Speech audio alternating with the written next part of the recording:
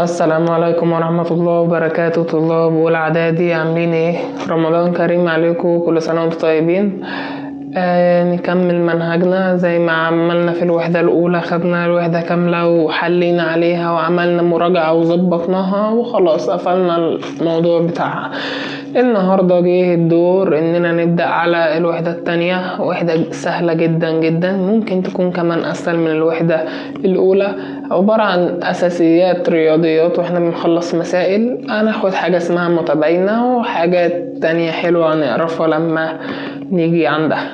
فالنهاردة موضوعنا هنتكلم على المتباينة ونعرف يعني ايه متباينة وازاي نحل المتباينة. درس لذيذ جدا وفي شبه كتير من درس المعادلات اللي خدناه الترم اللي فات. فبسم الله يلا نبدأ نتكلم النهاردة عن درس المتباينات. زمان لما كنا بناخد المعادلات كنا بنقول طرف بيساوي طرف، كان في علامة يساوي في النص. لكن المتباينات بنستخدم علامة أكبر من وعلامة أصغر من، ولو جبنا أكبر من وحطينا تحتها شرط صغيرة يبقى معناها أكبر من أو يساوي، ولو جبنا علامة أصغر حطينا تحتها شرط صغيرة معناها أصغر من أو يساوي. طيب عايزين نفهم يعني لما نيجي نترجم مسألة كلامية أو جزء كلامي زي ده. بيقول لي مثلا لو كتلة الحقيبة أقل من 18 كيلو، كتلة الحقيبة أقل من 18 ازاي أعبر عنها بمعادلة؟ تمام، ازاي أعبر عنها بمعادلة؟ هي كتلة الحقيبة تعالوا نفرضها مثلا إنها إكس، لأن أنا نفرض الحقيبة إنها إكس. طيب فلو كتلة الحقيبة اللي هي إكس أقل من 18، إكس الحقيبة أقل، دي علامة أقل من مين؟ من 18. يعني كان 18 أكبر من مين؟ من الإكس. تمام، نخش على الجزء الثاني. بيقول لي عمر الطفل يكون 4 سنوات على الأقل.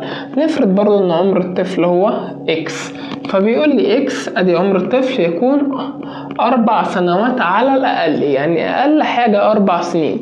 معنى كده إن أقل حاجة 4 سنين، فأنا ممكن كمان أزيد عن 4، مش هيبقى فيه مشكلة، بس أهم حاجة ما قلش عن 4. حلو، فأنا معايا كده على الأقل 4 سنين، يعني لازم يكون 4 وأكتر عادي. يعني أنا معايا 4 لحد أكتر، 4 مثلا 5 6. طيب يكون 4 سنوات على الأقل، على الأقل يعني عمر الطفل لازم يكون أكبر من أو بيساوي 4. ليه يا مستر؟ ما هو على الأقل 4 سنين، فعلامة يساوي دي ساوت لي الإكس بمين؟ 4. تمام، علامة يساوي اللي تحتها دي الشرطة ساوت لي عمر الطفل 4. طيب ليه أكبر؟ عمر الطفل يكون أكبر لأن أنا قلت لك أقل حاجة 4، بس لو زودت عادي، يعني لو كبرت عادي، فأكبر هنا كمان عادي. تمام، فيبقى أكبر من أو يساوي. عدد إذا طرح من 4 أمثاله، عدد وليكن إكس برضو، عدد ده هنسميه مثلا وليكن بالرمز إكس. إذا طرح من 4 أمثاله، هو 4 أمثاله مش هو، لو هو إكس 4 أمثاله يبقى 4 إكس. ادي 4 إكس. إذا إيه؟ طرح يعني ناقص 4 أمثاله عملناها. طرح من 4 أمثاله كام؟ هطرح كام؟ قال لي من 5 من 4 أمثاله، يعني هطرح 5. ادي 5. ماشي، كان الناتج أقل من 12، يعني دي كلها كده المفروض تبقى أقل من 12.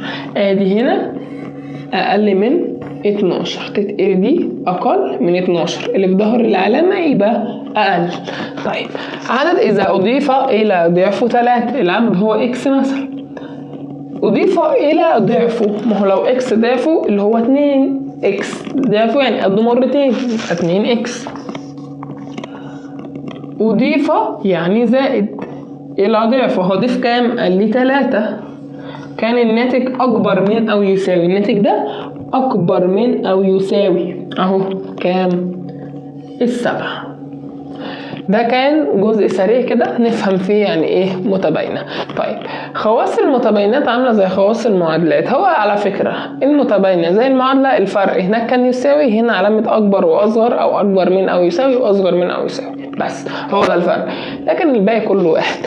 طيب خواص التباين قالك في عملية الجمع لو أنا عندي مثلا 6 أكبر من 4، حلو، لو جينا عند 6 زودنا 2 لازما الناحية التانية أزود نفس اللي أنا زودته هنا عشان أحافظ إن الجزء ده يكون أكبر زي ما هو. فلو زودت هنا 2 هزود هنا 2، فده الجزء ده برضو بتاع 6 هيفضل هو الكبير، لأن 2 زائد 6 8، والتمانية هنا هتكون أكبر من 2 زائد 4 اللي هي 6. طب الطرح اللي عملناه في الجمع هنعمله في الطرح. لو عندي 7 أكبر من 3، فلو طرحت من 7 1، ولو طرحت من 3 1 برضو الجزء ده هيفضل أكبر. ليه؟ لأن 7 ناقص 1 6، ودي هتبقى 4. نفس القصة في الضرب. لو عندي 5 أكبر من 3، لو ضربت 5 في 2 ولو ضربت 3 في 2 هيفضل الجزء ده برضو أكبر. 5 في 2 ب10 و3 في 2 ب6. آخر حاجة القسمة، لو هنا 8 أكبر من 6، لو قسمت 8 على 2 لازم أقسم الناحية التانية على 2، فال8 على 2 فيها 4 وهنا فيها 3، فالجزء ده برضو هيفضل أكبر. نخش بقى في مسائل الجد. حاجة اسمها حل المتباينات، مجموعة الحل زي مجموعة الحل اللي خدناها في المعادلات الترم اللي فات. طيب بيقول لي اوجد مجموعة الحل. انا هضربكم على 3 حاجات، ان وزد وكيو. طيب ان دي اللي هي مجموعة الاعداد الطبيعية اللي بتبدأ من الصفر والاعداد الموجبة كلها. زد دي مجموعة الاعداد الصحيحة عبارة عن برضه صفر واعداد موجبة بس بنزود عليها الاعداد السالبة. الكيو هي مجموعة الأعداد النسبية اللي مثلا كأنها بتكون بسط على مقام، عدد له جذر ممكن يبقى عدد صحيح عادي. تمام؟ طيب اوجد مجموعة الحل. أنا عندي المسألة كانت إيه؟ 3x ناقص 5 أكبر من أو أقل من الواحد. نفس شغل المعادلات هنشتغله هنا تاني. هنودي 5 دي الناحية التانية بعكس الإشارة، فيبقى 3x تنزل علامة أصغر، أدي الواحد زي ما هو، دي تروح الناحية التانية، مش دي سالب 5 تروح بعكس الإشارة تبقى موجب 5. نفس شغل المعادلات، الفرق بدل يساوي هنا حط العلامة دي، فيبقى 3x أقل من أو يساوي 1 زائد 5 6. أنا عايز أجيب x، مين مضايقني؟ 3 أقسم عليها عشان يفضل x، فيبقى x كده بيساوي كام؟ 6 على 3 فيها 2، تبقى x أقل من 2. حلو. أنا عايز مجموعة الحل في n، وعايز مجموعة الحل في z، وعايز مجموعة الحل في q. طب مجموعة الحل في n بيساوي كام؟ هو x أقل من 2، يعني ممكن تكون ب1 ممكن تكون ب0. طيب 1 مثلا وصفر. طيب هاخد الاعداد السالبه. ما ينفع اعداد سالبه ما هي اقل من 2. اقول لك لا، احنا في ان ما عندناش اعداد سالبه، احنا عندنا صفر واعداد موجبه فقط، فاكتفينا بده. لكن نيجي في زد، اكس اقل من 2 يعني ممكن 1 يعني ممكن 0. طب ما زد فيها الاعداد السالبه، يعني ممكن -1 يعني ممكن -2، واحط نقط كده الى ما لا نهايه عشان الزد العدد السالبة ما بتخلص، فاعمل نقط معناه ان لسه كمان في الباقي. طب مجموعة الحل في كيو، بفتح مجموعة كده واقول اكس نقطتين فوق بعض معناها حيث، يبقى اكس حيث اكس تنتمي لكيو، الجزء ده بثبته. طيب مش اكس اقل من 2 تقوم نزل زي ما هي، وكده جبت له مجموعة الحل في الكيو عندي.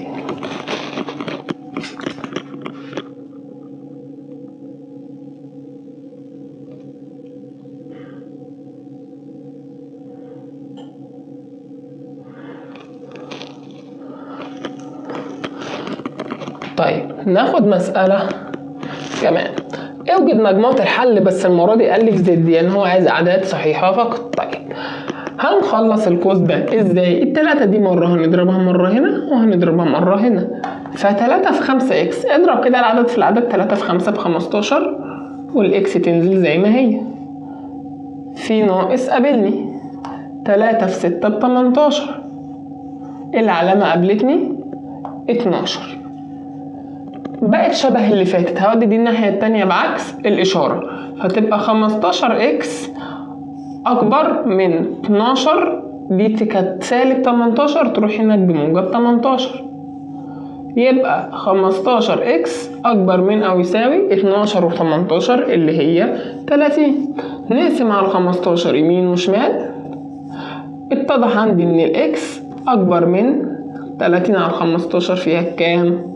فيها الاتنين. إكس أكبر من 2. أنت عايز مجموعة الحل في زد. طب مجموعة الحل في زد ده هيساوي كام؟ ما هي إكس أكبر من 2، فممكن تكون 3، ممكن تكون 4، ممكن تكون 5 6 7 إلى ما لا نهاية. طيب مسألة كمان، 5x زائد 1 أقل من أو يساوي 2x زائد 2. حلو، الجزء ده مظبوط فينزل زي ما هو. يعني عندي هنا 5x زائد 1 أقل من أو يساوي، دي تخلص زي اللي فوقها مرة هنا ومرة هنا، 2 في x ب2x، قابلني زائد 2 في 2 ب4. حلو كده؟ حلو. اتبقى ان اودي اكسات في طرف واودي الاعداد التانية في طرف. فلما اودي الاكسات في طرف تبقى مثلا نثبت الطرف الشمال، فالاتنين دي تيجي هنا، فالخمسة اكس دي كانت موجب 2x تبقى ناقص 2x، العلامة تنزل، هخلي الأعداد على اليمين. طب ما هو العدد ده 4 موجود على اليمين، مين يجيله الناحية التانية؟ الواحد، كان موجب يبقى -1. 5x ناقص 2x 3x أقل من أو يساوي 4 ناقص 1 3. نقسم على 3 يمين وشمال، يبقى الإكس أقل من أو يساوي الواحد. طيب مجموعة الحل بقى في زد، في زد مجموعة الحل اختصرها منها، فهو اكس اقل من او يساوي الواحد. كلمة او يساوي فغصب عني هاخد الواحد. اقل بقى، اقل يعني ممكن يكون 0، ممكن يكون -1، ممكن يكون -2 لحد ما لا نهاية في الاعداد الايه؟ السالبة. ناخد اخر سؤال عندنا في مجموعة حل المتباينات. بيقول لي 3 على 2 x ناقص 1 أكبر من أو بيساوي -2 على 3.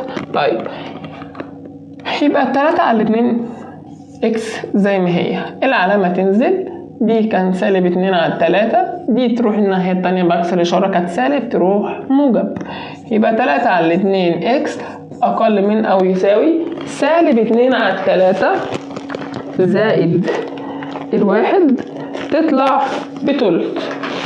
الجزء ده كده يطلع بتلت. طيب ممكن اقسم على تلت يمين وشمال عشان عفوا اقسم على 3 على 2 يمين وشمال عشان اطيرها، او مش عايز تقسم كده على 3 على 2 عشان يبقى شكلها وحش، لو في كسر عايز تطيره اضرب في الشقلوب بتاعه، يعني المعكوس بتاعه، يعني اضرب هنا، مش هو 3 على 2، اضرب في 2 على 3 هنا، نضرب في 2 على 3 هنا، فدي تطير مع دي ودي تطير مع دي، اتبقى اكس اقل من او يساوي، نضرب بقى عادي 1 في 2 ب2، 3 في 3 بكام؟ ب9.